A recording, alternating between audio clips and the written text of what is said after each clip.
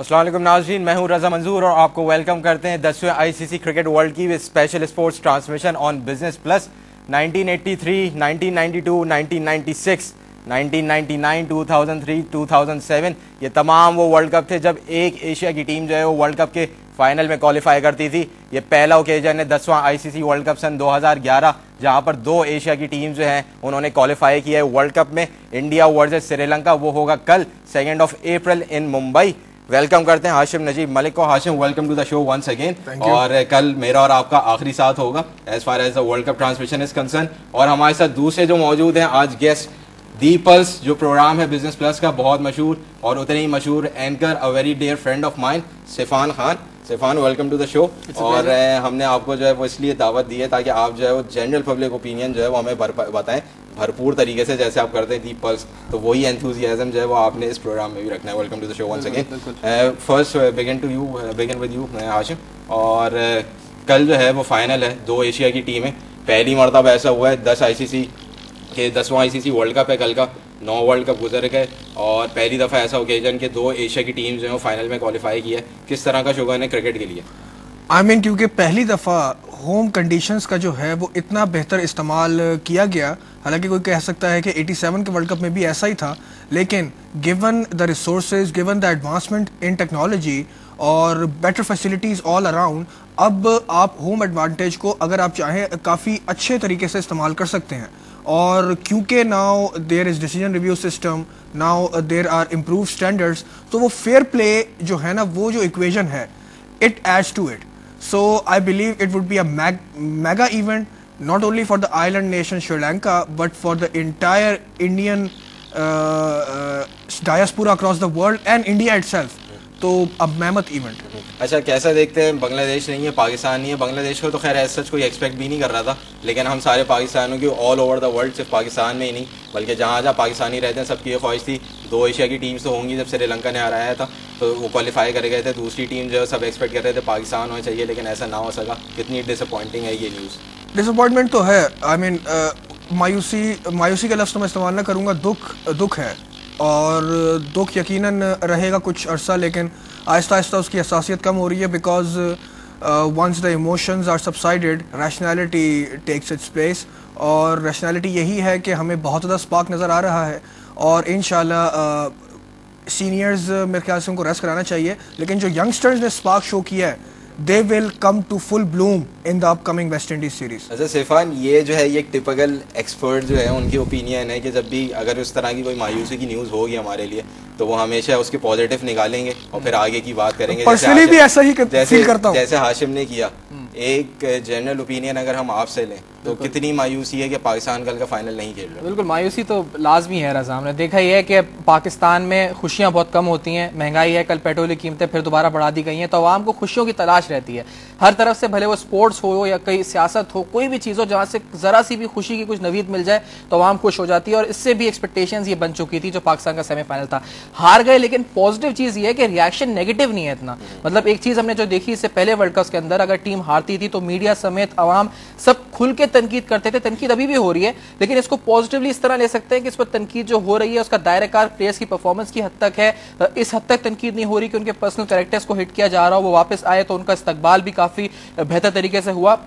तो पर्सनली मुझे तो लगे रहा है कि इस वक्त बजाय जितने भी हम मायूस हों, लेकिन हमने उस मायूसी का इजहार इन प्लेयर्स के सामने नहीं किया है। हम देख रहे हैं, गाने भी चल रहे हैं कि इस वक्त तुम जैसे भी हो, तुम हारो या जीतो, हमें तुमसे प्यार है। तो लगे रहा है कि आवाम ने एक्सेप्ट किया इस हार को भी, इस जीत को एक्सेप्ट किया कि हम सेमीफाइनल तक पहुंचे, इसको भी जो है सेलिब्रेट किया। अच्छा, आप समझते हैं कि ये 4 सालों में अब जो एकदम से रिएक्शन बदला, क्योंकि 2003 और 2007 में इतना बुरा रिएक्शन था, खैर उसमें क्योंकि टीम की परफॉर्मेंस भी जो है वो बहुत बुरी रही थी, इस वजह से रिएक्शन भी आवाम का बहुत बुरा था। क्योंकि जैसे आपने कहा कि हमें तुमसे प्यार है और क्रिकेट से हम सबसे ज्यादा। यहाँ मैं सेफान से एक सवाल पूछना चाहूँगा कि सेफान, मेरी ज़ाती राय है आपकी बात से जो मैंने सुनी और समझी, कि इसमें मीडिया अवेयरनेस और अब जो आवाम के पास ज़्यादा एवेन्यूज़ हैं, आप समझते हैं कि उसका बहुत बड़ा रोल रहा है? क्योंकि 2003 और 7 पर्टिकुलरली 4, 5, 6 सालों में जितने ज़्यादा एवेन्यूज आ गए हैं, अब एक आम शहरी को भी कमो बेश सही बात पता होती है कि क्या हो रहा है। If there is lobbying, if there are factions, या टीम अच्छा कर रही है बावजूद इसके कि बैक हैंड पे पॉलिसीज कंसिस्टेंट नहीं है। तो सवाल में ये भी ऐड कर ले, मैं आपसे यही सवाल पूछने जा रहा था कि आप समझते हैं कि इन 4 सालों में आवाम की ग्रूमिंग जो है बहुत ज्यादा हुई? बिल्कुल, ग्रूमिंग क्यों नहीं होगी। अब आप हर दिन 1 घंटा बैठ के शो करते हैं बिजनेस प्लस के ऊपर, हाशिम और आप इस वक्त बैठ के शो करते हैं, आप बताते हैं कौन अच्छा खेल रहा है, कौन बुरा खेल रहा है, एनालिसिस क्या है, स्टैट्स क्या कह रहे हैं इस वक्त, प्लेयर किसको अच्छा बेहतरी करने की जरूरत है, किसके कौन से वीक पॉइंट्स हैं, किससे कौन से स्ट्रेंथ्स हैं। अब एक आम आदमी जो कि टीवी पे स्क्रीन पे देखता है, क्रिकेट को समझता भी है और समझने के साथ साथ मैच के बाद एनालिसिस भी उसको हासिल हो रहा है मुख्तलिफ चैनल्स के जरिए, तो उसको फिर समझ में आ चुका है कि क्या अच्छा है क्या बुरा है, उसको इतनी तमीज तो आ चुकी है। भले हम जितना कहें कि पाकिस्तान में लिटरेसी लेवल इतना अच्छा नहीं है, लेकिन मीडिया किरदार इस सिलसिले में जरूर रहा है। एक किरदार ये कि अवेयरनेस क्रिएट करी और दूसरा किरदार ये कि फ्रस्ट्रेशन भी निकालने में काम अदा करता है किरदार ये। अगर फ्रस्ट्रेशन थी, एग्रेशन जो था उसको निकालने में भी मीडिया एक किरदार अदा करता है, जो कि एग्रेशन मौका देता है अपनी आवाज पहुंचाने का। लोग आते हैं टीवी पे आके बोलते हैं, हमने जब सेलिब्रेट किया देखा, लोग आए, उन्होंने जश्न मनाया जब पाकिस्तान की पहली इनिंग खत्म हुई थी, तो उनको अपने चैनलाइज करने का मौका मिला, अपने इमोशंस को चैनलाइज करने का मौका मिला। ये भी एक पॉजिटिव चीज हम कह सकते हैं। अच्छा, आज हाशिम शाहिद अफरीदी और क्रू जो है वापस आया। शाहिद अफरीदी वाहिद बंदे थे जिन्होंने जो है कराची में लैंड किया और उस वक्त से मीडिया जो है उनके एकदम से पीछे से लग गया, लेकिन शाहिद अफरीदी ने जो है वो आके अपनी टीम की परफॉर्मेंस को भी बैक किया और उन्होंने फिर कौम का भी शुक्रिया अदा किया। उस वक्त उन्होंने जो है आफ्टर द मैच जब शाहिद अफरीदी इंटरव्यू दे थे रवि शास्त्री को, उस वक्त उन्होंने एक माजरत की थी कौम से और आज आके उन्होंने कौम का शुक्रिया अदा किया कि हम लोग एक्सपेक्ट नहीं कर रहे थे कि जब हम वापस पाकिस्तान आएंगे तो हमें इस तरीके का वेलकम मिलेगा। तो मेरे ख्याल से मुख्तलिफ, हमने भी कल ये बात की थी, मुख्तलिफ चैनल से बात हो रही थी कि जब आपकी टीम वापस आए, कल मैंने एंड ऑफ द शो ये कहा भी था कि जब दुबई से वापस आए टीम तो जहाँ जहाँ भी लोग हमारे उतरे वहाँ के लोग उनको जाके जो है वेलकम करें। आज ऐसे ही कौम ने किया, जेस्चर बहुत अच्छा था और इतना मायूसी नहीं है। लोग अभी भी बैक करते हैं और कहते हैं कि आपको 4 सालों में बहुत अच्छा अपने आप को बिल्ड करना है और 2015 में विनिंग कॉम्बिनेशन के साथ जाना। आई मीन वही जो हमने उसी से ताल्लुक है जो मैंने और सिफान ने अभी बात की है कि पीपल हैव मैच्योर्ड और उसमें मीडिया का एक रोल रहा है। मीडिया खुद भी एवोल्यूशन के मरहले में पाकिस्तान में रहा है और अब काफ़ी हद तक अपने सेकंड फेज में जा चुका है, जो मेरी ज़ाती राय है। और उस हवाले से अब मैं समझता हूँ कि आफरीदी कौम से माजरत उन्होंने वो किसी और अंदाज में करना चाहते थे, लेकिन सॉरी का अल्फाज जो है वो मीडिया में किसी दूसरे अंदाज में उसकी तशरीह गालबन की गई। Again it's my personal opinion, क्योंकि Afridi was so determined to win this game that he was heart broken, but he was not broken mentally. So he stood his ground and he said whatever. It was really like what Sangakkara said to his nation after they lost the T20 final against the Pakistanis. I mean कि you shouldn't be ashamed, you should be proud कि हमने जो अब तक जो यहाँ तक इस कैंपेन तक पहुँचे उसका एक्युलेट जो है वो डिजर्विंग जो है वो कौम को देना चाहिए। तो मैं समझता हूँ काम उसी हवाले से जो है वो टीम को ले रही है और उनको ट्रीट कर रही है। अच्छा, आपने शुरू में जो है मैंने आपसे जब ये सवाल किया कि 2 टीमें जो है एशिया की फाइनल में पहुंची और ये पहली दफ़ा ऐसा हुआ है, तो आपने उसके जवाब में ये कहा कि बेहतर उन्होंने एक्सप्लॉइट किया अपनी होम कंडीशंस को, और दूसरा आपने ये कहा कि UDRS ने जो है वो सपोर्ट किया। UDRS सईद अजमल ने ये कहा, आज उनका एक मैंने बयान मैंने बिल्कुल पढ़ा 110% में श्योर था, मुझे समझ, क्योंकि मैंने अंडर आर्म बॉल की थी और वो स्ट्रेट जाती है, मुझे समझ में नहीं आया कि रिप्ले में वो किस तरीके से टर्न शो कर रहा था। थोड़ी बहुत कंट्रोवर्सी वहाँ जन्म लेने लगी है। मैंने भी वो बयान आज पढ़ा और मैंने जिस तरह से उसको देखा और जिस तरह से टेक्नोलॉजी ने उसको आउटपुट दिया, यहाँ पर मैं वही कोट करना चाहूँगा कि 100% प्रिसीजन अभी भी नहीं आई है। अगर पहले ऑन एवरेज 90% अंपायरिंग डिसीजन सही होते थे, तो लेट्स जस्ट से कि वो परसेंटेज अब 95 हो गई है।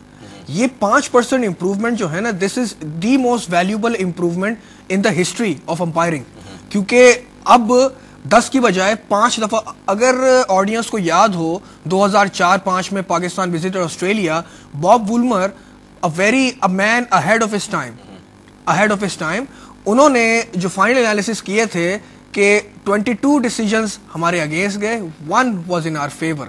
सो UDRS ने उस 22-1 को लेस जस्ट से 11-17 तक ले आया, तो इट्स लाइक दैट। अच्छा, UDRS जैसा भी सईद अजमल ने अपना बयान दिया और फिर जाहिर सी बात है उस वक्त 11 ओवर चल रहा था और 23 रन पे थे सचिन तेंदुलकर, और फिर Sachin Tendulkar ended up with 85 और फिर वही जो है वो रन जो स्कोर हुए उसी की वजह से 29 रन से पाकिस्तान हारा भी।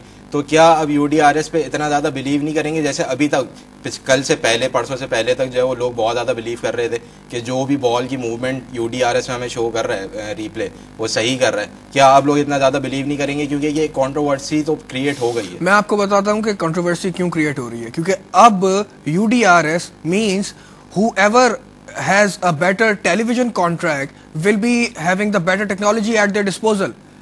Sky जैसे कि मैं आपसे ऑफ द ट्रैक बात करता रहता हूं ऑफ द शो, कि स्काई का जो ट्रॉलर है that is the biggest vehicle allowed in UK. उस इटसेल्फ ट्रॉलर के अंदर 175 LCDs equipment, it takes Sky team to install the equipment 4 hours and it after the match they need the equal amount of time to reassemble it.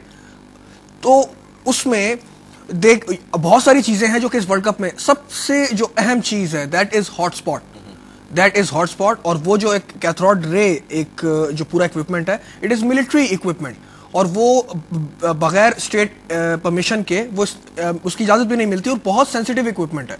और it was very likely कि ऐसा होता कि India या श्रीलंका में वो equipment हम किसी भी वजह से हो जाता। लेकिन अगर हॉटस्पॉट होता तो बहुत सारे तो नहीं, कुछ मैचेस का रिजल्ट कुछ और होता, उसके बलबूते पे आगे जो टीम्स पहुंची वो कोई और पहुंचती। So it's only a matter of assumptions. अच्छा सिफान, अगर आपसे पूछूं एक जनरल पब्लिक ओपिनियन, क्या लोगों के दरमियान ये अब एक ओपिनियन जनरेट होने लगा है कि क्योंकि तेंदुलकर खेल रहे थे, बहुत अहम डिसीजन था, तो हो सकता है कि टेक्नोलॉजी पे जो लोग बैठे हुए हों उन्होंने स्ट्रेट जाती हुई बॉल को थोड़ा सा बाहर निकाल दिया? क्या ये पब्लिक जनरेट हो रही है ओपिनियन? हाँ बिल्कुल हो रही, क्योंकि इंडिया का मामला है इस वक्त। ये हम ये ना बोलें कि पाकिस्तान इंडिया का मैच था, ये पाकिस्तान का किसी और टीम के साथ मैच नहीं था। और जब इंडिया के साथ मैच होता है तो लोगों के जज्बात और लोगों के ख्यालात हर हद तक, हर सतह तक जाते हैं। इसके अलावा जो हम बात कर रहे थे माफी की, शायद आफरीदी की, हमने देखा यह था कि इस माफी को भी, जिस तरह हाशिम ने कहा, दो तरीके से लिया जा रहा है। एक तो कहा जा रहा है जी बड़ा पॉजिटिव साइन है, आवाम इसको बड़ा एक्सेप्ट कर रही है कि एक इंतहाई अच्छा इकदाम, पहली बार किसी शायद पाकिस्तानी कैप्टन ने मैच के बाद माफी मांगी पाकिस्तानी कौम से, जिसकी